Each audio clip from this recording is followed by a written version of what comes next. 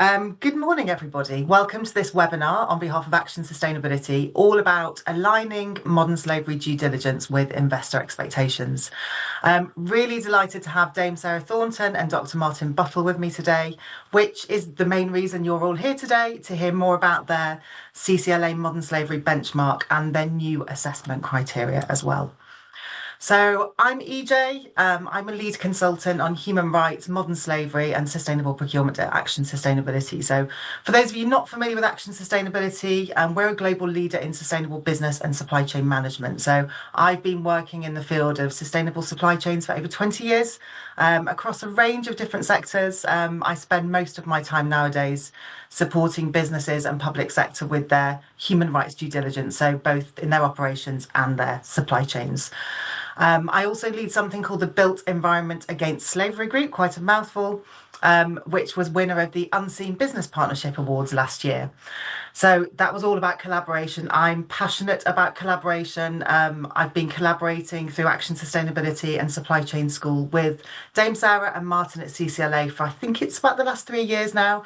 And I'm on the CCLA Stakeholder Advisory Body for the benchmark. As we know, we can't tackle slavery, the challenge of slavery and human rights alone or as a kind of single business. So collaborations are absolutely key.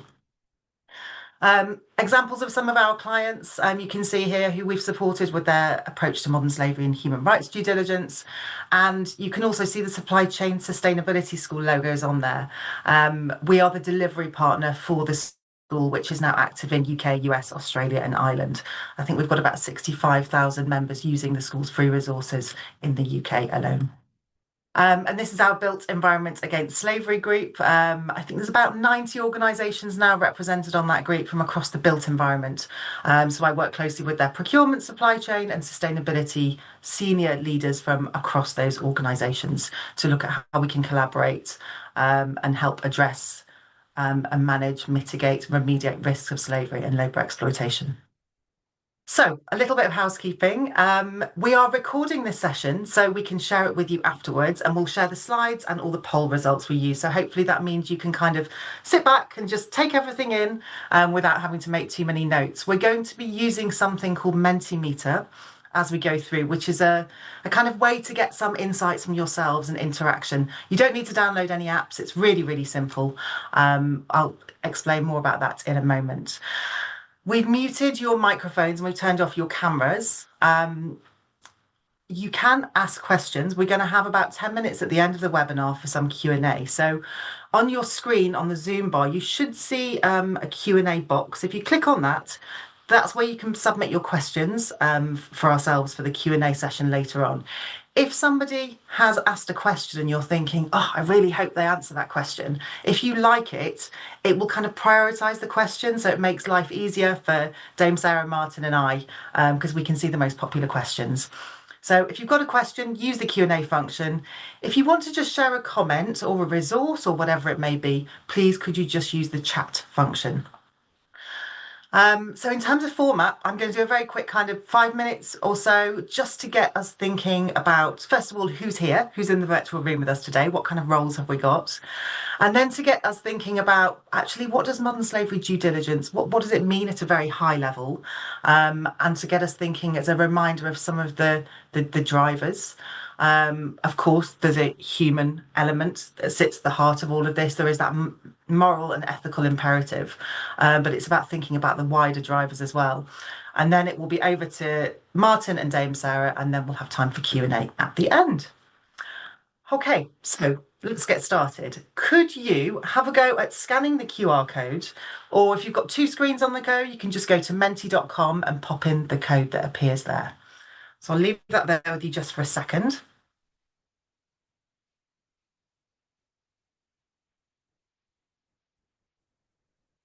Now, bear with me, your screen will change. I'm just moving this over.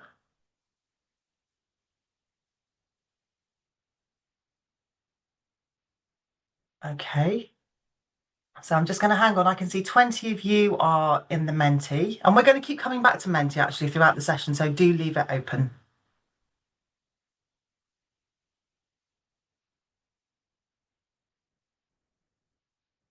Okay, so I'm going to come to the first question.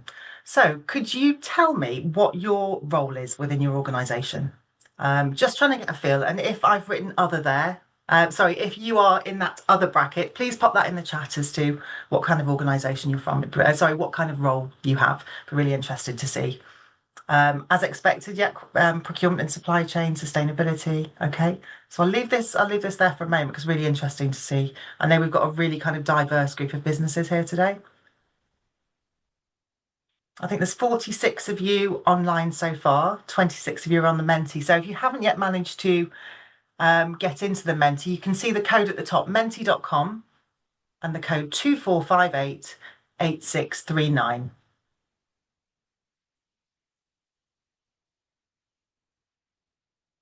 Okay, so interesting. So some procurement, some supply chain, one legal compliance, quite a few ESG.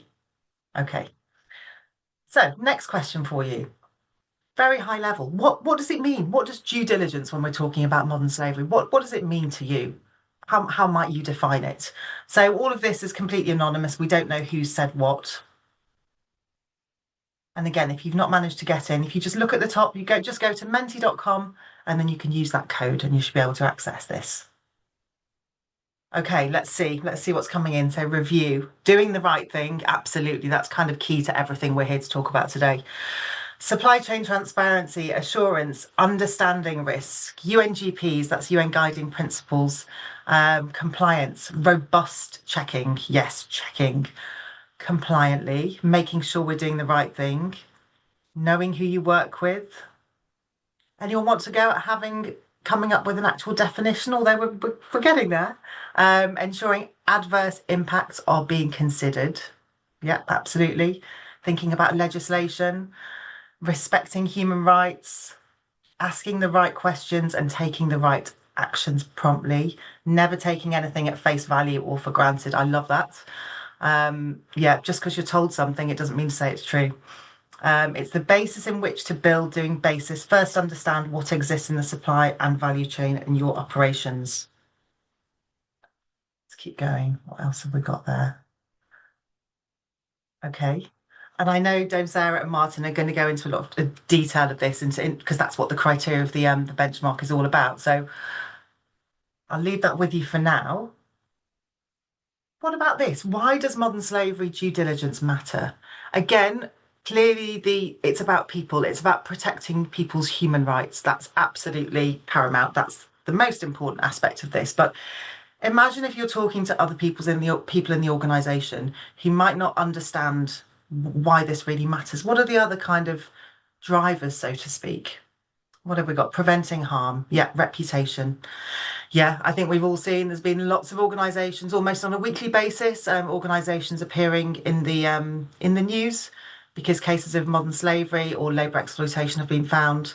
Even down in those deeper supply chains, we might have all seen the Dyson supply chain litigation piece that was in the news last week, where I think it was about 24 migrant workers had sued Dyson for alleged forced labour abuses in Malaysia, and the workers were in tier three. They were a tier three supplier in the Dyson supply chain, and the case was held in a UK court and settled last week. And Dyson denied liability, so they weren't involved directly. They denied liability because they said they didn't know what was happening. And when the forced labour risks were flagged back in 2021, they cut ties with the supplier. But the case now do have a look. It's very strong signalling to businesses that they can be held accountable for human rights abuses in their supply chains, and that the whole kind of idea of I didn't know the factory ran that way wouldn't hold up in a court of law. Just going to come up here with more of the ensuring people are safe. Yeah, the health and safety piece is really big as well. There's direct links to health and safety and quality. If we think about, for example, the built environment, ensuring quality of life, reputational risk, because people matter. Yeah, absolutely. So you can keep those coming. I'm just going to move that back over to the other side for a moment.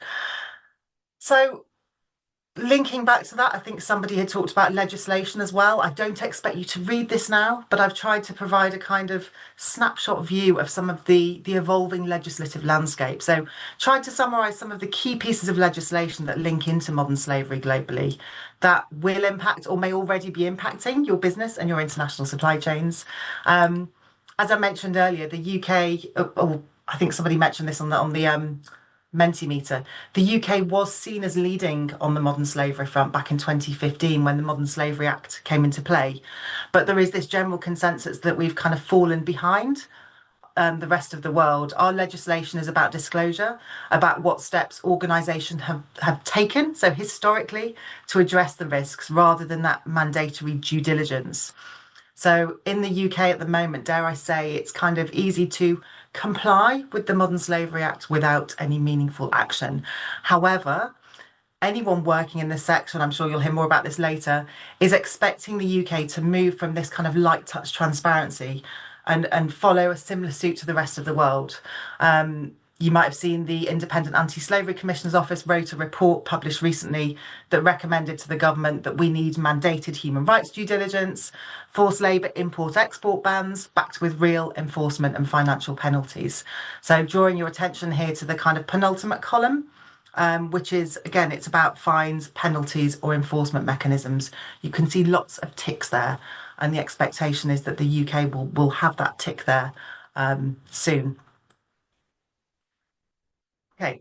And the impact of this on global supply chains is huge. Huge disruptions and fines hit hard. I'm sure you will be very familiar with all of this, but there might be some organisations who haven't thought through the kind of potential risks around international supply chains. So thinking about goods being seized at borders, worker strikes, the market bans and withdrawals, and the fines and penalties are hefty. If we look at the German Supply Chain Due Diligence Act, it's 2% of global turnover. So huge impact there, potential impact on global supply chains and of course on people. And again, my last slide before handing back to Dame Sarah and Martin, just summarising really why business leaders, organisations like yourselves, we can't ignore this. It goes without saying there's that ethical and moral imperative, but we do need to bear in mind these other drivers. So you've got legal compliance, reputational risk, investor expectations, why we're here today, customer trust, supply chain resilience, which is absolutely huge when we're talking about this, and wider sustainability considerations. And then health and safety and quality. Think about the built environment. If we've got people on our sites who are not adequately qualified or trained, there's huge risks there from health and safety and quality. So for businesses who are facing challenges maybe in engaging the wider business in embedding all of this into business as usual, in the same way as we do with health and safety, we need to be able to clearly articulate these drivers. So on that note, I'm going to hand over to Dame Sarah and Martin, and you can do your own introduction. So over to you. Thank you, EJ. Great introduction, and we're very pleased to be able to address this audience, Action Sustainability's client base and Supply Chain Sustainability School. So I'm Martin. I'm the Better Work Lead at CCLA Investment Management. That means I'm responsible for engaging the companies we hold in our investment portfolio on human rights and labour rights related issues. And we've been working on the topic of modern slavery for a long time. I think we started work on this topic around the London Olympics in 2012, but we also run an investor coalition called Find It, Fix It, Prevent It, and we've been benchmarking the top 100 companies by market capitalization in the UK for 3 years now, and we launched a global benchmark in January of this year. And I'll pass over to Sarah to introduce herself. Good morning, everybody. Sarah Thornton. I work with Martin at CCLA as a consultant in modern slavery, focused primarily on the policy issues, but very much supporting the benchmarks that we've developed over the last 3 years. Maybe we can move on to the next slide. So before we dive into sort of talking about sort of investor expectations on modern slavery, I just wanted to introduce CCLA and just say a little bit about why why CCLA is unique and why we particularly care about this topic. So CCLA stands for Church, Charities, Local Authorities. We're the largest investment manager for the charity sector, and we were spun out of the Church of England in 1958. So we have a long history of investing responsibly, and with that client base, they particularly care about these topics and expect us to be active managers and really acting as a catalyst to drive change. And so we have 15 billion in assets under management, but we also work across the investment sector.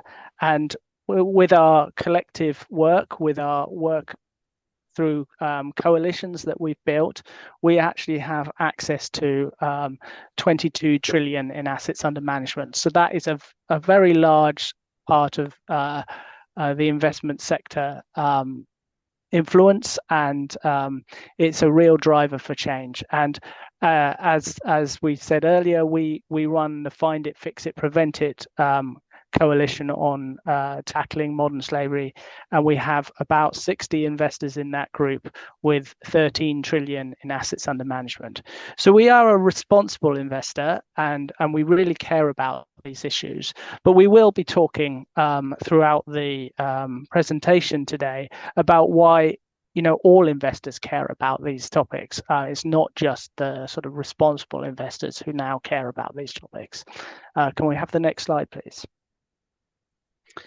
So a little bit of sort of contextual introduction, and I'm sure there's lots of people on the line today who know these numbers, and then there will be some for whom these numbers are new. But the ILO and the Walk Free Foundation have estimated that there are about 50 million people around the world trapped in modern slavery, of which 28 million are in forced labor. And unfortunately, these numbers are growing. They're growing because we're seeing the failure of states, we're seeing climate change, we're seeing growing authoritarianism, and unfortunately, we're seeing more war. And all of those are factors which drive modern slavery and forced labor. It's estimated that the UK imports about 26.1 billion in goods which have been linked to modern slavery. And if you look at the G20 as a whole, that number is 468 billion, which is a large number. The ILO has also estimated that, annually, there's about 236 billion in illicit profits generated by by modern slavery. This is wages stolen from the most vulnerable people. It's remittances taken from migrants who could be sending that money home.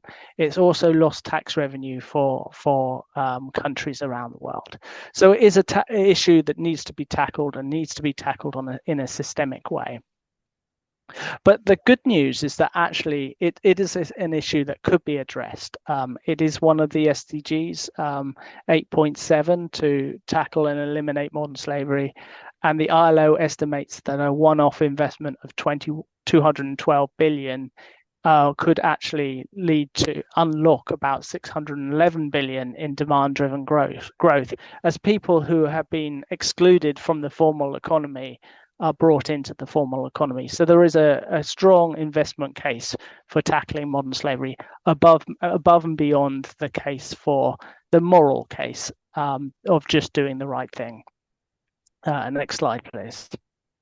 And as EJ has already spoken about, we've seen a wave of legislation across the world asking companies to address these issues.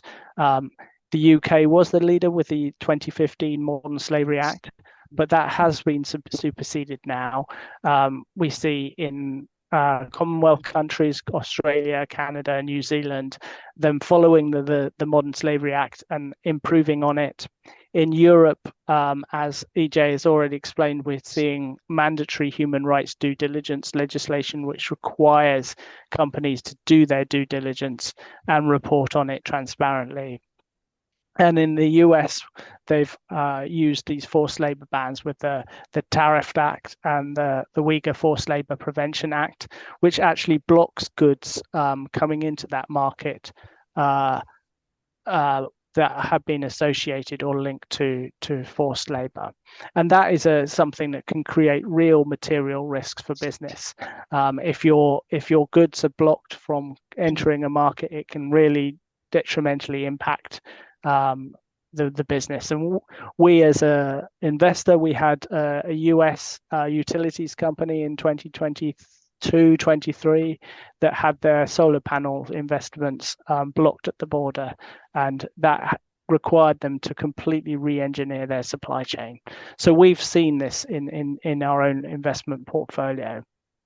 The European Union has now also created a forced labour ban, and as EJ was saying, there is now efforts for the UK to update their legislation, introduce mandatory due diligence, and perhaps also forced labour bans. So this is a dynamic area and is subject to change. Next slide, please. So talking about how investors have been engaging with this, I'll talk a little bit about our modern slavery benchmark. So we've been benchmarking the top 100 companies by market capitalization in the UK now for 3 years. And in January this year, we also included the top 100 companies globally. That's companies like Microsoft, Amazon, Coca-Cola, McDonald's, really big companies that we all know and are very influential on the world economy. And we look to objectively assess their performance in tackling, finding, fixing, and preventing modern slavery. It's a tool for investor engagement. So the data that we generate is shared with other investors, and they will engage companies on the data that we've collected. It's also a tool for sharing best practice. So in the reports, we have large appendixes where we highlight where we see best practice and good practice across all of the companies we benchmark. And of course, benchmarking is a really great tool for driving improvements, because no business wants to be at the bottom of these benchmarks. And actually, what we've seen over the last 3 years is that 48 companies have improved, and 47 companies are now disclosing in the UK benchmark. 47 companies are now disclosing live cases of modern slavery and what they're doing about it. Next slide, please. Okay, so we have some more Menti polls here. So if you scan the QR code or bring up the questions, thank you, EJ. So the first question is, what are the key challenges in assessing the risks of modern slavery occurring in the supply chain? And this should be a word cloud, so you should be able to, we should be able to see some of the responses.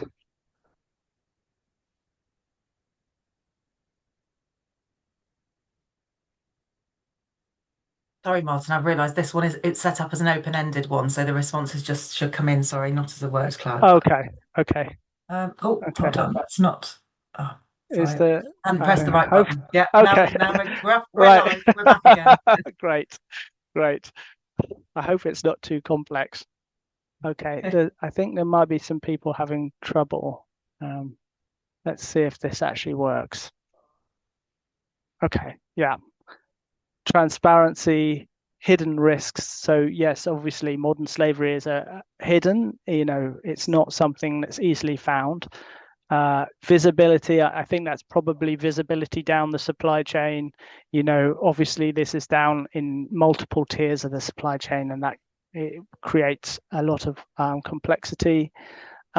Tiers, there's a lot on tiers, poor visibility down the supply chain. The relevance of questions asked and how to respond, expertise within the organization, cultural differences.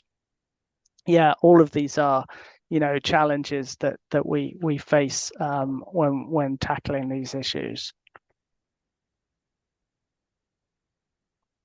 Okay, so there we can see we've brought them together. Resource constraints, that's another issue. Yeah, so I think, you know, thematically we can see sort of where the responses are. The use of technology, obviously that's always changing, and new technology comes on stream all the time. Yeah. So shall we move on to the next question?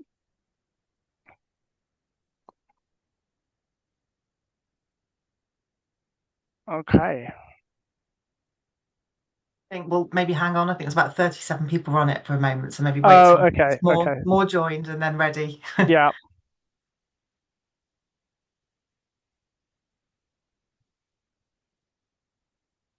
Okay, do you want me to start? Right. Yeah, okay. Okay. So the next question is a little bit more of a practical question. So in a supply chain audit, it's demonstrated that a number of labour contractors operating at a construction site that your company manages have issues related to absences of correct PPE, wage irregularities, and missing contracts. It's unclear whether this is an administrative oversight or a case of modern slavery. Should you disclose this case on your modern slavery statement, yes or no?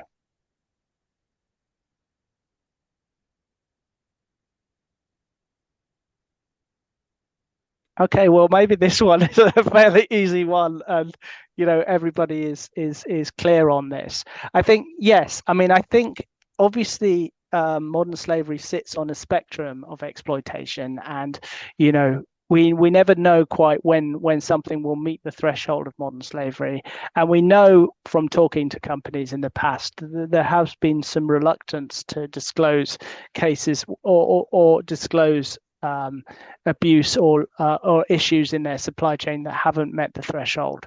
We have actually changed our approach this year, and we do now have a metric on is the company disclosing cases of labor abuse, which would be a lower threshold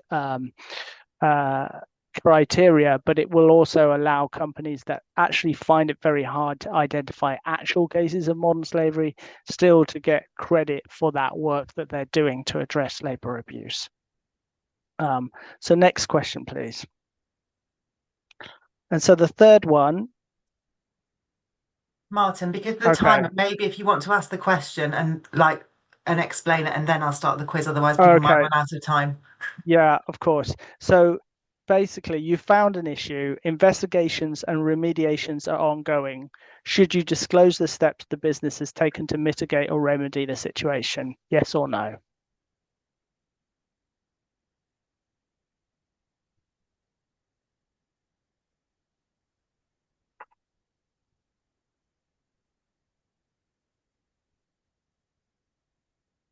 Time on our hands on this one. Wow. I'm intimidating. I don't know about anyone else.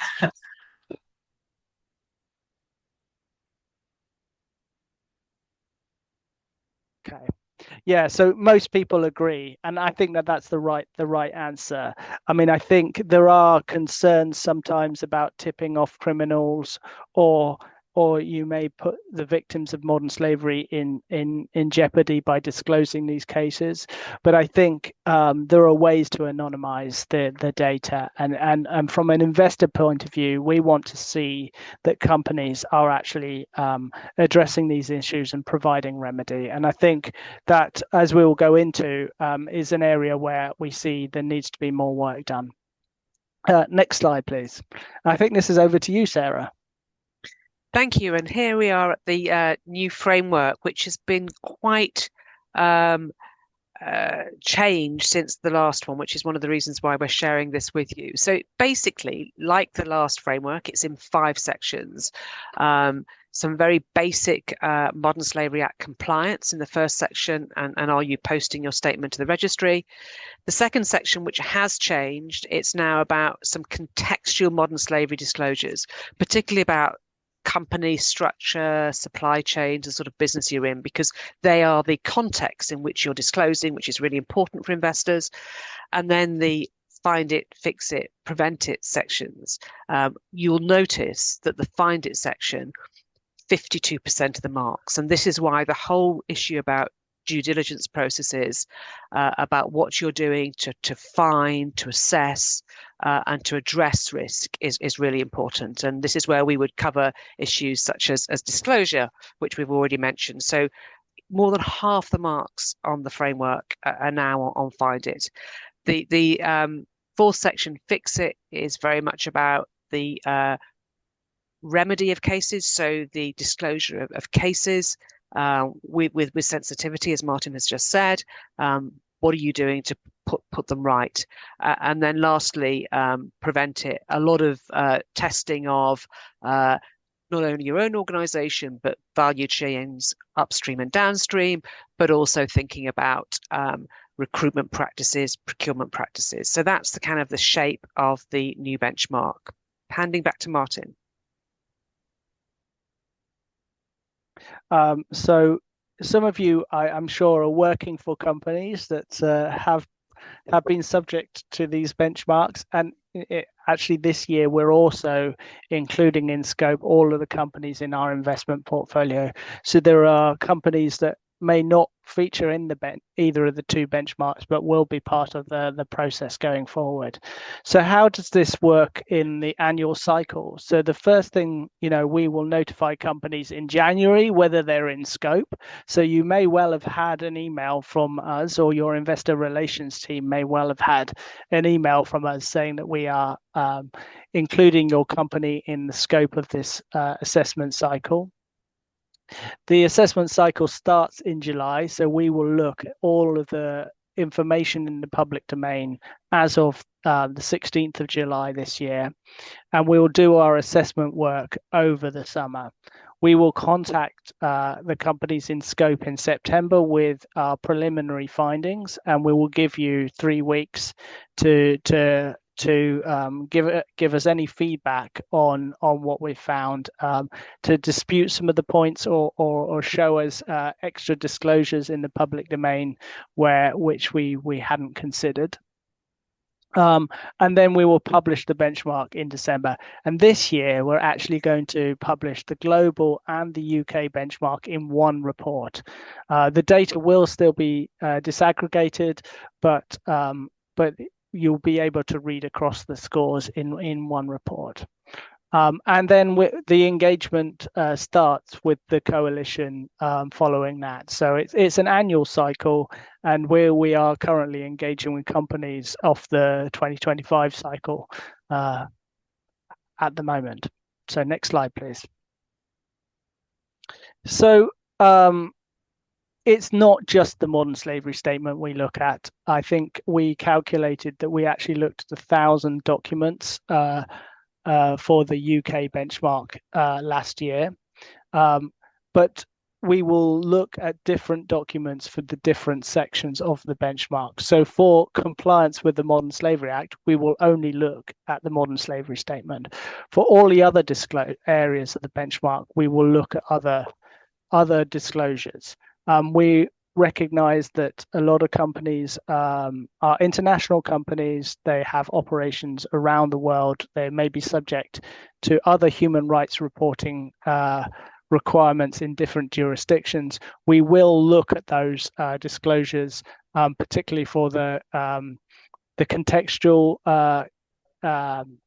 information and the Find It, Fix It, Prevent It sections. We will also look at your annual reports, your ESG reports, your policies, your supply chain codes of conduct, any information that the company has produced. And some of that data will be obviously for the past year, and some of it we will treat as evergreen. So things like policies, we won't expect them to be updated within a previous year. But what we won't look at is any information on any third-party websites. It's just the information that the company has generated themselves. Next slide, please. So, I mean, this is what the benchmarks look like. I know this is too small for you to see, but we put the companies into one of 5 tiers. And with the ones in the top tier being the leaders in terms of their human rights due diligence, and the ones in tier 5, which we think are really unsatisfactory. And we do spend a lot of time concentrating our engagement work on the companies in tiers 4 and 5. And what you can see here is actually that in the UK, after 3 years of engagement, the scores of companies on average are higher in the UK benchmark than the global benchmark. Next slide, please. And this that's illustrated here. So this is actually the change in scores we've seen for the companies that have been in scope for the UK benchmark over the past 3 years. You know, we've seen an average improvement of scores above about 8%. But you can see that some companies have really improved their disclosures over the past 3 years, and we're really actually pleased to see that this engagement off the back of the benchmarking work itself is really driving change. And you can see that also by the distribution of scores over the 3 years in the different tiers of the benchmark. Next slide, please. But looking at the different sections of the benchmark, what we actually see is that, you know, when you look at compliance with the law or conformance with what the Home Office requires, companies are generally doing very well. But then when you look at disclosures in the find it, fix it and prevent it sections, the scores drop off quite considerably, with fix it, the bit about remedy being the weakest area. And that's something that we've seen consistently over all the benchmarks we've done over, you know, UK, global, and also work that we've done with companies that are not actually in the public facing work as well. Next slide, please. So, as Sarah said, we have updated the framework, and I think Sarah will talk a little bit about how the framework has changed. That has been driven by two things. First of all, the government has updated the transparency in supply chains statutory guidance, and because what we've seen over 3 years in terms of the UK benchmark, the scores have improved, we want to raise the bar slightly. We want to make it more stretching, but we also want to make it more flexible for companies with different business models, because we recognize that not all businesses have all of their human rights and modern slavery risk in their supply chain. Some of them may well have it in their downstream value chain. So next slide, please. And this one's over to you again, Sarah. Thanks, Martin. So in terms of the changes, this is a sort of summary of the key changes. That second section used to be about conformance with the guidance, and now we've described it as contextual modern slavery disclosure. The reason why we've done that is because the guidance, the new guidance, had so many of our points from find it, fix it, prevent it. It no longer made sense to have a separate section on conformance to the Home Office guidance. So the relevant requirements are through the find it, fix it, prevent it section. So that's kind of more administrative. The second one, and this I think is quite important, that we've thought about downstream value chain activities in terms of risk assessment and management. So not just about your suppliers and your supply chain, but in terms of your customer base, in terms of any joint ventures you might have, in terms of any kind of subsidiaries, all that sort of thing. We received feedback saying that actually for a lot of companies, it needed to be much more explicit that that was part of the assessment. And we've done that and have spent quite a bit of time trying to kind of hone that so it looks properly at the whole of the enterprise, not just the organization. We've also added emphasis in 3 key areas, and this is very much based on the new Home Office guidance. The guidance talks in several places about what they call continuous improvement.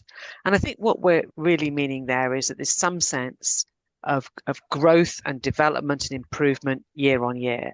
And that the statement needs to have some sense that this isn't just static, that actually you are building on progress.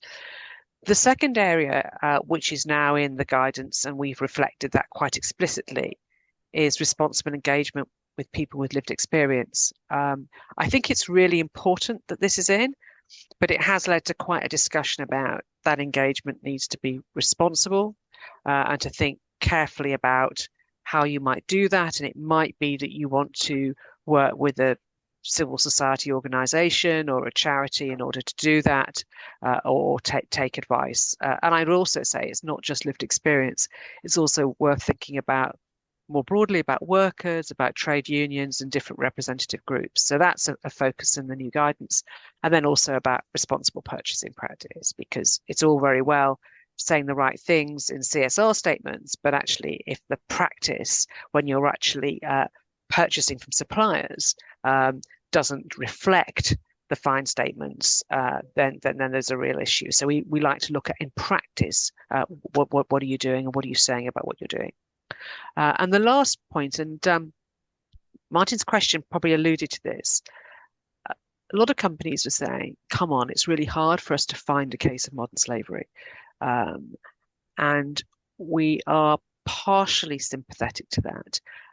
And sometimes cases would be disclosed which weren't really modern slavery. And our view, and having taken advice, is, well, actually, it's really important that we acknowledge that and that there is some reward within the framework. So we're also going to award points now for finding and remedying cases of labour abuse, not least because the most egregious forms of exploitation often sit within that context of labour abuse. So that's a summary of the key changes for this year.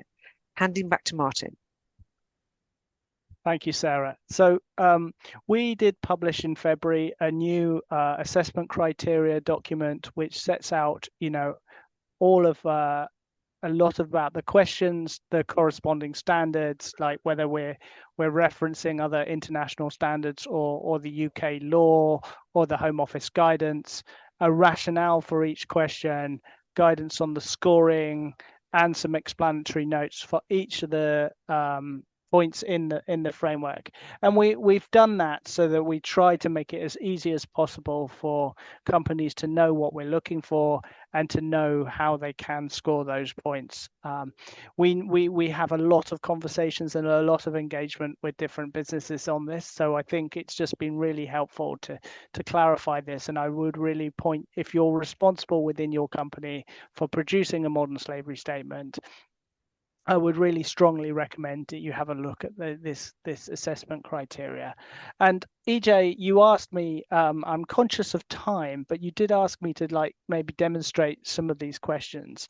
So I might just look at one or two of those. So, and I mean, there's a lot of questions in the framework. I think there's 75 different points now available. But looking at question 9, for example, which is a new question, it says, does the company explain in its modern slavery and human rights disclosures how it categorizes its suppliers by type? So what do we mean by type? Well, we actually, there's many ways you could categorize your suppliers. You could do it by tier, you could do it by spend, but we're also looking at the types of supply chain in terms of whether it's a material supply chain, whether it's direct or indirect spend, whether it's labor contractors or a service provider. Are you looking at your first tier and beyond? So we're looking to see how you think about your supply chain, and if you've got a good categorization of your supply chain, we can then understand how you're thinking about your suppliers, and it makes us understand a little bit more about what you subsequently say about your risk assessment. I'll move on to the next slide. Thanks, EJ. So if you're a company that's producing your next modern slavery statement or thinking about it, you're thinking about how do we respond to the new statutory guidance and how do we respond to the CCLA criteria. We have some top tips here for you. So the first one is show, don't tell. The framework is really pushing now implementation and activity and addressing real cases. So if you just talk about policies and procedures, you won't get the full range of points. The second, and Sarah mentioned this, but look at the full value chain. Don't just look at your supply chain risk. There could be risks in your downstream value chain. Please evidence continuous improvement, show what has changed in the past year and how your approach is evolving and what you're doing given the lessons you've learned in the past year. Disclose all cases of labour abuse. Don't just think about it as a modern slavery statement, but think about modern slavery on the spectrum of exploitation. And you can disclose cases of labour abuse or other concerning practices that you found in your supply chain or value chain. And finally, consider the adverse impacts of your business practices and maybe how some of your own internal procurement practices may inadvertently be creating pressures on your supply chain partners, and what you're doing to address that concern. Thank you. And I think that is the end of our slides. So I think we're now moving into a Q&A part of the webinar, and we're very happy to answer any of your questions. That's right. Fantastic, Martin. I think it's great. There's been a lot of work that's gone into that new criteria. I'm very aware of the hours, days, weeks, months gone into that. It's great to see that alignment with the TISC, the Home Office guidance. It means life is easier for people, right? And yes, it's about that kind of know and show. I very often get asked, organisations will ask me, well, should I put that in my modern slavery statement? Oh, I didn't bother to add that in. It's, know and show. Everything that you know, share it in your modern slavery statement, and that all aligns with the kind of scoring methodology and with CCLA. So I'm looking at the questions here. So remember, if you've got a question, if you use the Q&A function, that will be great. We've just got a couple here at the moment. So I'm going to start with one from an anonymous attendee, which is a great question. Is the assessment quantitative or qualitative? For example, a company can have a supplier code of conduct. Tick, it has a supplier code of conduct, but if none of their suppliers sign up to it, then it's just a document sat on the shelf. And I would also add in, well, you can have the code of conduct, suppliers can sign up to it, but then it's the so what? How are people using it? So a question as to the quantitative and qualitative aspects of the assessment. So I think there are elements which are about compliance with the law, which are very sort of, black and white. Have you done this? Have you not? But I think there's also a lot of judgment call. There's a lot of qualitative kind of assessment of the quality of the work. And as I said, there are 75 different data points within the framework across the 5 sections. So we are looking at the quality of your modern slavery due diligence, not just it's not just a black and white box ticking exercise. Are there any examples you can throw into that? Well, I think just if we think about the process, a lot of the some of the data points are multi-tiered. So, you might get 1 point for disclosing a certain thing has happened, but then, there will be a second point for the comprehensiveness of that disclosure. So are you covering it in more detail? Are you giving examples? Are you talking about how this is actually working in practice? And that's likely to give you more points than if you just say something exists. EJ, shall I come in on that interesting consumer question? Go for it. About consumers being a significant driver for change, and are we using it enough? And I think one of the difficulties with this is that when the Modern Slavery Act was passed, the view was that not just investors, but consumers would be looking at modern slavery statements and would be asking the difficult questions. And I just think we underestimated how difficult it is for consumers to have the information. Even I care about these things significantly, but when you're purchasing something, particularly if it's come through many tiers of manufacture, it's very difficult to have reliable information on which to make assessments. So I think it's hard for consumers, which is why I think it's so important that businesses stand up to their responsibilities and do the work for consumers, because if a business says its supply chain is hidden and opaque, I tell you, it's twice as hidden and opaque as it is for the consumer. So I think it does point to the responsibility of businesses, but it also points to the responsibility of government. And this is one of the reasons why we would advocate for more legislation to mandate human rights due diligence, that certainly the largest companies should be required, not as a matter of good practice under the United Nations Guiding Principles on Business and Human Rights, but as a matter of UK law. So I do think in theory consumers can have a role, but I think in practice it's very difficult. And so we require and we rely on businesses and the government to do a lot of work on our behalf. I think the challenge on that as well is the lack of awareness amongst consumers. So, for example, if we think about Tony's Chocolonely, which we all know wins awards for its human rights due diligence, they disclose every year how many cases of child labour they found in their supply chain.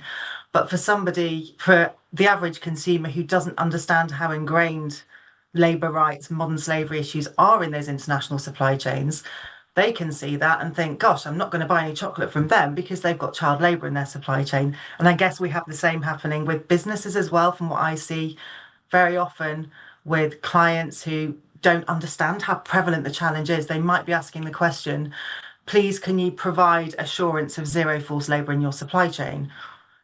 Very few businesses can actually do that. Your benchmark is all about recognise it's there, find it and fix it. So I think there's a huge challenge there as well with that kind of whole awareness of what good due diligence is. So any other questions? Oh, I think we've had a new question come in. Let's have a look. Okay, one from Joanne Thornton. So how often should we be undertaking due diligence on suppliers? Initial or annual for key suppliers? So interesting question. Over to you guys first for your thoughts. Maybe I could take a first stab at that, and maybe Sarah, if you want to add your thoughts. But I would think as investors, we're not in the best position to judge that. We don't know your business as well as you do, and we don't know, how often and how much turnover you have in your supply chain. But what I would say is that you probably need to have some initial due diligence before you take on a new supplier, and just to understand who you're going into business with and who you're partnering with. But then you need to have some sort of cycle after that, after you have established a business relationship with that supplier. Now, the frequency of that will depend a little bit about the nature of the relationship, the nature of the risk, and what visibility you do have already. But I think annually would be a good sort of generic frequency, I would think. Just add to that, although I was interested by this question, I'm wondering if that's my sister-in-law, but I don't think it is because she's in Australia and it's the middle of the night. So from my perspective and working with some of the corporates on this, I mean, initial due diligence, of course, but I think as part of that due diligence and risk assessment, you will take a view about the risk inherent in the particular product, the geography it's coming from, and then you will say, okay, we're now going to do due diligence, annually if it's very high risk, but it might be on 3-year cycles, it might be on 4-year cycles. So I think it's really key that there's that initial assessment, and then based on that, how frequently do you have to come back to it? You also, of course, need to be responding to controversies. So when things come up about this particular product or that geography, then actually does that mean you need to revisit the due diligence? And I'm going to throw my thinking on this as well, echo what Sarah and Martin have said. It comes back to that risk-based prioritised approach, which is underlying in best practice due diligence. It's about where the biggest risks are to people and to your organisation, focusing in on those suppliers. And it's that proportionate approach. So with the high risk suppliers or subcontractors, the due diligence is kind of ongoing because it should be built into the whole plan, source, manage side of procurement. So the contract managers working with those suppliers and subcontractors are having that conversation. How's it going? What are you finding? What are you doing with, asking questions about their engagement with their own supply chain? So I would say exactly as Sarah said, it kind of depends on the nature of risk, the priority, and it's that back to that sustainable procurement approach. So a strategic approach where if you've got high risk suppliers, you're working very closely with them on an ongoing basis. Whereas if it's lower risk, then that's kind of, the light touch, just kind of terms and conditions, contract conditions. I can see we've had another question here. So, can you suggest what would constitute good practice for supply chain risk assessment? So, for example, they've mentioned Global Slavery Index, Corruptions Perceptions Index, and yet we've got lots of these we can share with you, alongside your own supplier due diligence, geography, product type, etc. Is there anything else you'd recommend? Can I pop in there because I think it's really important you think about how you involve stakeholders, affected communities, trade unions, workers' representatives, those with lived experience. Because I think sometimes corporates spend a lot of money doing audits that don't always find out what's going on. So what is the nature of your engagement, not just within your own organization, but in that kind of the broader community and the way in which communities and individuals are impacted externally as well. So for me, that would be the big thing to make sure you include. Yeah, and I would just say that, I don't know the context of the person who's asking the question, and but if you're a small SME, or if you're you've got to tailor your risk assessment approach depending on the resources that you have available to you. I think when you're a small SME and maybe have limited resource, it is useful to work with collaborative initiatives like the Supply Chain Sustainability School that can provide you with resources and provide you with tools and other resources to do this work. So cut your cloth depending on the resources you have available to you. And I thought of something else and now it's gone. Oh no, that was it. Also, when you're doing your risk assessments, where do you have potential shortages of supply, whether it's labour or materials, or subcontract, and also shortages of supply or potential disruptions to supply chains. Huge issue now, because where you have those disruptions and shortages, the risk of modern slavery and labour exploitation absolutely soars, because exploiters and organised crime gangs recognise that there's a huge opportunity there, because if people need people or products quickly, urgently, when there's a shortage, they know that businesses will ask less questions because they want them more quickly. So when there is that shortage of supply, build that into your risk assessment to consider that.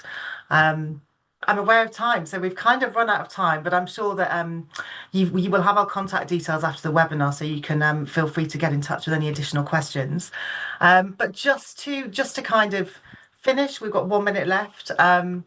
So just that reminder that modern slavery due diligence, it's about these areas here. It's about moving policy into practice. It's about all of these areas: leadership, training and awareness, risk assessment, setting priorities, absolutely key, monitoring and evaluation, and so on. So it is a broad topic, but there's lots of free resource out there. And again, we can signpost you to lots of free resources that can help with this after the session today. Supply chain mapping, where to start? It feels very overwhelming. It's a huge priority when you look at the TISC guidance, when it looks at CCLA and the benchmark. So hopefully this might help you. We have a conference coming up, a free virtual conference on the 30th of April. That's very much like, where on earth do I start? Practical steps. And we're looking at that from a kind of, if you're a large business and a small business as well. So it's about what does that approach look like, and what tools do you need, what kind of resources, what are the challenges and pitfalls, and top tips. So it is 12 o'clock. So thank you so much to Dame Sarah and to Martin for joining us today. Hopefully this is one of many more webinars in the future. It's been great. There's been a good number of questions. We will share the slides. We'll share all the information with you. But for now, thank you from me. And any final comments from yourself, Sarah or Martin? No, just thank you for the opportunity, and I hope people found it valuable. Okay, thanks everybody. And it's lunchtime. We'll let you go and enjoy your lunch. Thanks everyone. Keep in touch.